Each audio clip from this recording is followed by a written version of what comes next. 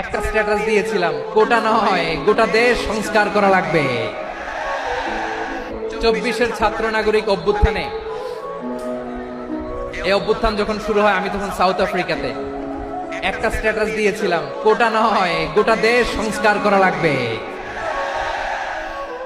শুধু বাংলাদেশ নয়, সারা বিশ্বের বাংলা ভাষাভাষী লোকেরা এই আন্দোলনের সাথে সমর্থন তারা করেছে, এটাকে সাপোর্ট করেছে, তারা সমর্থন দিয়েছে। আমাদের ইউনাইটেড আরব আমিরাতের বাংলাদেশি ভাইয়েরা তারা সেখানে রাস্তায় নেমে এসেছিল, জানেন? ওইখানে ডেমনস্ট্রেশন করা যায় না, সেখানকার সরকার তাদেরকে যাবজ্জীবন দিয়েছিল। তখন আমাদের এই যে প্রধান উপদেষ্টা ডক্টর মোহাম্মদ ইউনূস সরাসরি G2G বলে, G2G, government to government, G2G, উনি চিঠি লিখলেন যে তাদেরকে, ইউর হাইনেস, হে সম্মানিত আমির, আপনি আমার এই চিঠির কারণে আমার সম্মানে এই 53 জন বাংলাদেশিকে মাফ করে দেন। এই চিঠির বদৌলতে বেকসুর খালাস পেয়ে গিয়েছিলাম আমাদের ভাইরা, জানেন না এই ঘটনা আপনারা?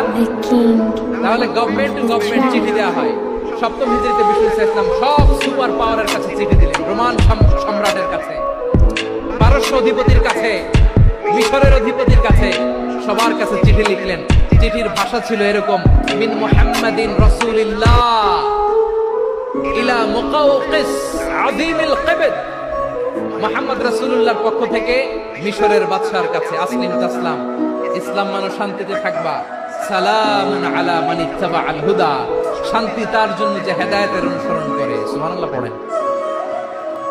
এই চিঠি অনেকে ভালোভাবে রিসিভ করেছে, অনেকে এই চিঠি পাওয়ার পরে নবীর কাছে আবার ইন রিটার্ন উপহার পাঠিয়েছে। কি পাঠিয়েছে? উপহার। মিশরের বাদশা মুকাওকিস তিনি বিশ্বনবীকে বিশাল এক উপহারের ডালি পাঠিয়েছেন। মিশরের বাদশা মুকাওকিস ছিলেন ধর্মে খ্রিস্টান। লালমনিরহাটের ভাইরা আওয়াজ করে বলেন, মিশরের বাদশা ধর্মে কি ছিল? খ্রিস্টান। কি উপহার দিয়েছিল আমার নবীকে? শুনতে মনে চায়? আওয়াজ নাই লালমনিরহাটের গলায়, শুনতে মনে চায়? 1000 স্বর্ণ মুদ্রা, 1000 স্বর্ণ, 2টা খ্রিস্টান দাসী, একজনের নাম মারিয়া বিনতে শামউন আল কিফতিয়া, আরেকজনের নাম সিরিন বিনতে শামউন আল কিফতিয়া। একজন খ্রিস্টান দাস 20 থান কাপড় জামা বানানোর জন্য, আমরা নবী যেন সেলাই করে জামা বানাতে পারে এজন্য 20 থান কাপড়, 20 থান ফাইন গার্মেন্টস, সুবহানাল্লাহ বলবেন না?